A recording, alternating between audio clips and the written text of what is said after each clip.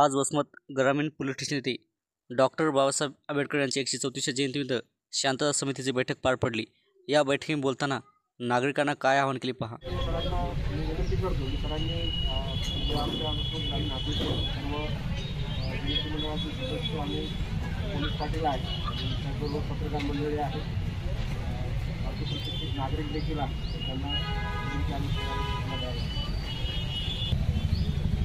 आजपासून पुढे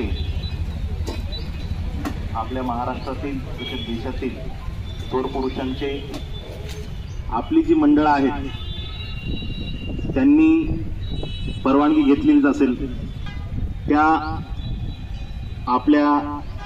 आपला जो मार्गस्थळ असणार आहे किंवा रूट असणार आहे तो रूट आपण त्याच्यामध्ये नमूद केला असेल आणि त्यामध्ये मी थोडं ऍड करू इच्छितो की आपला जो मार्ग आहे तो मार्ग आपण सर्वांनी तपासावा। त्या मार्गावर एखादी तार असते ती लोंबकळत असते किंवा तिथून डीजे जात नाही, लोकांना जाण्या येण्यास त्रास होतो। असे काही मार्ग असतील तर आपण आत्ताच आम्हाला कळवावेत जेणेकरून त्याच्यावर उपाययोजना आपल्याला करता येईल। आणि डीजे लावणार असाल तर डीजेचा आवाज किती असला पाहिजे, तसेच आपल्या मिरवणुकीमध्ये लोक किती असणार आहेत, कसे असणार आहेत आणि त्यांची जबाबदारी कोणावर असणार आहे हे सुद्धा साहेबांनी आपल्याला सांगितलेलं आहे।